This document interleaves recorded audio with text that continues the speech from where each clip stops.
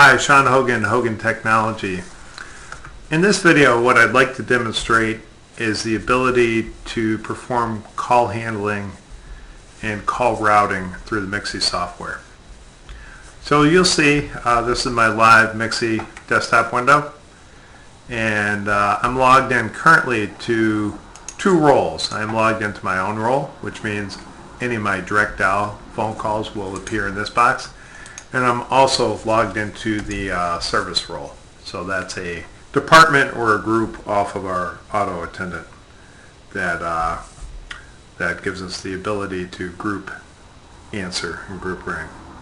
So if I get a call coming in on my direct dial number, the call will appear in my call window. Hear the phone ringing, you have the ability to click to answer or simply lift the handset.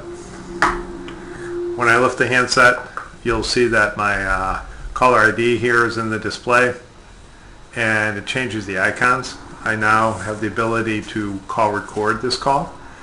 Massachusetts is a two-party state. I would have to announce the call to the caller that I am call recording. If they stay on the line, they're accepting being call recorded.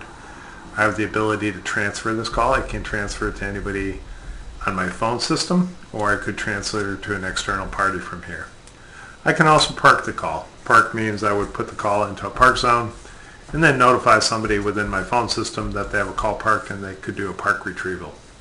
Or if I want to go grab a file or whatever, I can put the call on hold and come back and retrieve that held phone call.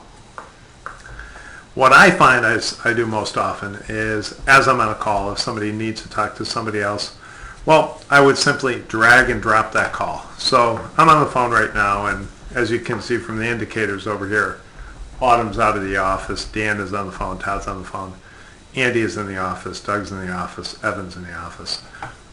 If somebody said, hey, can I quickly leave a voicemail for Autumn? I could simply right-click.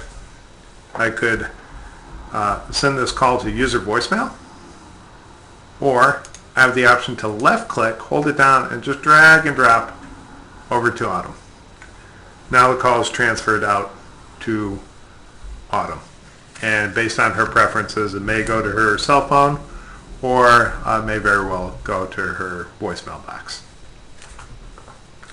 So that was an example of getting a call on my direct dial number. Now I'm going to show you how a call would come through our auto attendant. So this is somebody who does not have my direct dial number.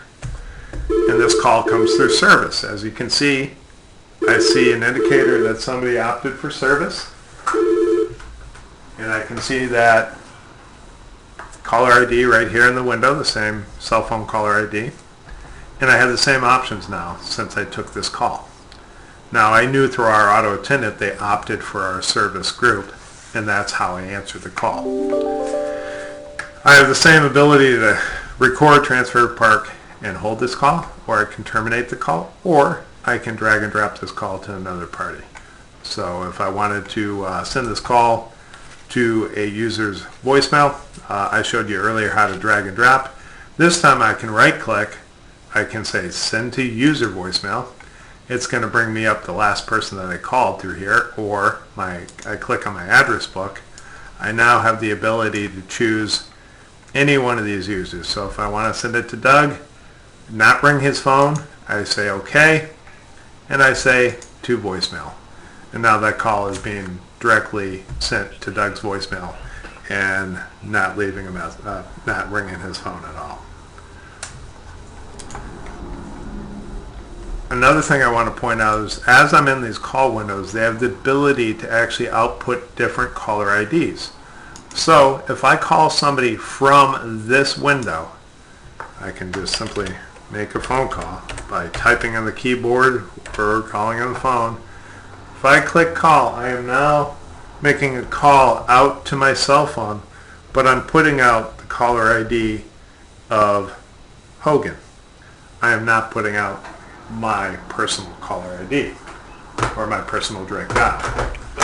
Now, if I click on this window up here and I make that very same call out to my cell phone, I am now outpulsing my direct